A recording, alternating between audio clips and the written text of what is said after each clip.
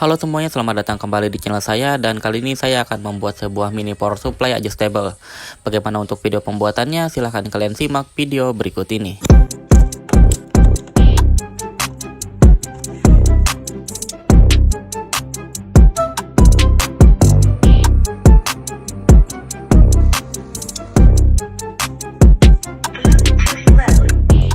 Ini dia adalah power supply yang akan kita buat. Power supply ini memang memiliki fitur yang sederhana, tapi cukup untuk menunjang berbagai kebutuhan supply dalam berbagai peralatan atau rangkaian elektronik. Terlebih karena ukuran yang kecil, power supply ini tidak memakan banyak tempat di meja kerja kita, sehingga tentunya kita lebih dapat banyak meletakkan berbagai rangkaian ataupun project di meja kerja kita. Dan tanpa basa-basi lagi, di sini saya akan langsung saja mulai perakitannya. Tapi sebelum itu, kita siapkan terlebih dahulu komponen apa saja yang dibutuhkan. Oke, untuk komponennya sendiri, di sini kita membutuhkan sebuah voltmeter DC, sepasang banana jack dengan warna merah dan juga hitam, sebuah jack female DC dengan ukuran 2 x 5,5 mm, sebuah saklar. Di sini saya menggunakan saklar bertipe pas button, satu buah step down bertipe XL4005, dan jangan lupa untuk melepas potensiometer yang sudah terpasang pada step down ini, agar kita dapat meletakkan potensiometer eksternal pada tempat yang mudah dijangkau nantinya. Kalian dapat mengganti potensiometer ini dengan potensiometer dengan delay 10K yang sudah memiliki kona putaran lebih panjang, atau kalian bisa modi potensiometer bawaan hingga memiliki kona putaran yang lebih panjang seperti punya saya kali ini. Kemudian di sini kita siapkan juga sebuah adaptor 12 volt. Dan terakhir di sini kita memerlukan sebuah box plastik bertipe X3. Terus di sini saya juga buat beberapa coakan pada box plastik yang kita siapkan tadi, seperti coakan untuk voltmeter dengan ukuran 45 x 25 mm. Terus ada lubang untuk knop pengatur voltase dan juga soket banana jack dengan ukuran 5 mm, tempat saklar dan juga tapat power input dengan ukuran 12 mm. Dan itu dia adalah beberapa komponen yang kita akan siapkan dalam proses perakitan kita kali ini. Dan karena komponen sudah siap, sini kita langsung saja mulai video perakitannya. Oke, untuk langkah pertama di sini kita mulai dengan memasang berbagai komponen pada box. Di antaranya adalah potensiometer 10K tadi yang telah kita siapkan pada lubang kena potensiometer dengan bantuan double tape untuk merekatkannya. Kemudian ada saklar pas button yang saya pasangkan ke tempat saklar, jack power yang saya pasangkan ke tempat power input, dan di sini ada sebuah step down yang akan saya letakkan pada bagian tengah box. Tapi sebelumnya di sini saya menyolderkan 3 buah kabel pada tempat putaran knob potensiometer yang tadi telah kita lepaskan dari step down yang kita miliki. Baru setelahnya saya letakkan pada bagian tengah box tadi menggunakan double tape. Untuk langkah selanjutnya, sini kita akan kembali ke potensiometer dengan 3 kabel yang tadi kita solder. Kita langsung saja solderkan ketiga kabel tadi dengan ketiga kaki yang tersedia pada pin potensiometer. Pastikan juga dalam proses penyolderan urutan kakinya sama dan tidak ada yang terbalik.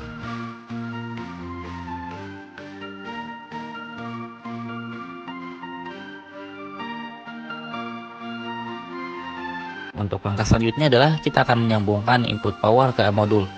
Ini saya mulai prosesnya dengan menyolderkan kaki negatif dari jack power input ke kabel. Untuk mengetahui yang mana kaki negatif pada input power modul, kalian bisa lihat kaki jack input ini terdapat 3 buah kaki. Kaki dengan tonjolan di bagian tengah dan menyorot ke samping ini adalah kaki positif. Kaki yang berada di bagian tengah adalah kaki ground, dan kaki yang berada di bagian pojok bawah ini adalah kaki negatif. Di sini kita akan menggunakan kaki positif dan negatif saja untuk rangkaian kita kali ini. Dan seperti yang saya bilang tadi, kita akan menyolderkan kaki negatif terlebih dahulu. Dan kemudian kaki negatif ini kita akan sambungkan ke modul pada pin yang bertuliskan in min. Selanjutnya di sini kita akan menyolderkan kabel warna hijau ke pin positif, dan juga satu kabel warna hijau lagi saya solderkan pada bagian pin yang bertuliskan in plus pada modul step down.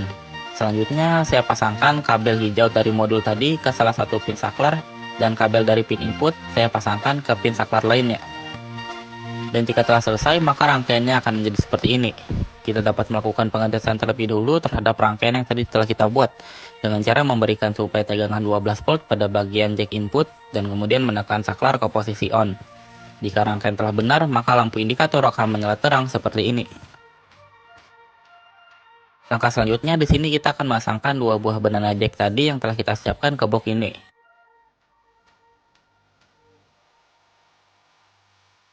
Di sini langsung saja sambungkan banana jack warna hitam yang akan kita sambungkan ke bagian outmin pada modul. dan banana jack warna merah akan kita sambungkan pada bagian out plus pada modul. Selanjutnya kita akan meletakkan voltmeter pada box dan menyambungkan kabel dari voltmeter ini ke banana jack. Kabel berwarna hitam akan kita sambungkan ke pin banana jack berwarna hitam, dan kabel berwarna merah akan kita sambungkan ke pin banana jack berwarna merah. Selanjutnya ini kita tinggal kembali memasangkan supply pada input power dan menyalakan power supply yang tadi telah kita rakit. Kalau rangkaian benar, maka harusnya lampu indikator dari step down akan menyala, diiringi dengan voltmeter yang akan menampilkan voltase yang hasil dihasilkan dari output. Di sini kita dapat mengatur keluaran voltase yang diinginkan melalui knob pengaturan voltase yang tadi telah kita letakkan di bagian atas dari banana jack. Dan jika kalian menggunakan power supply dengan tegangan maksimal 12 volt, kalian akan mendapatkan output variabel dari 1,2 sampai dengan 10,9 volt. Namun jika kalian inginkan voltase yang lebih besar, kalian dapat mengganti power supply-nya dengan power supply yang memiliki daya lebih besar. Di sini saya mencontohkan menggunakan power supply dengan voltase 15 volt, kita akan mendapatkan output variabel dari 1,2 sampai dengan 14,6 volt. Kalian juga dapat menggunakan power supply yang lebih tinggi tegangannya seperti 35 volt. Namun saya tidak merekomendasikan kalian menggunakan power supply lebih dari 35 volt karena akan mengakibatkan kerusakan permanen pada bagian komponennya. Jadi power supply ini sangat cocok digunakan untuk proyek kecil saja yang membutuhkan input supply dari 1 sampai dengan 24 volt variabel dengan daya yang tidak terlalu gede.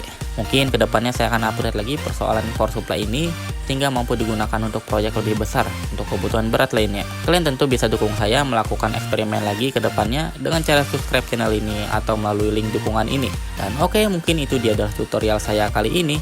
Saya harap kalian terbantu dengan tutorial saya yang kasih kali ini. Jangan lupa untuk subscribe channel saya dan terima kasih telah menonton.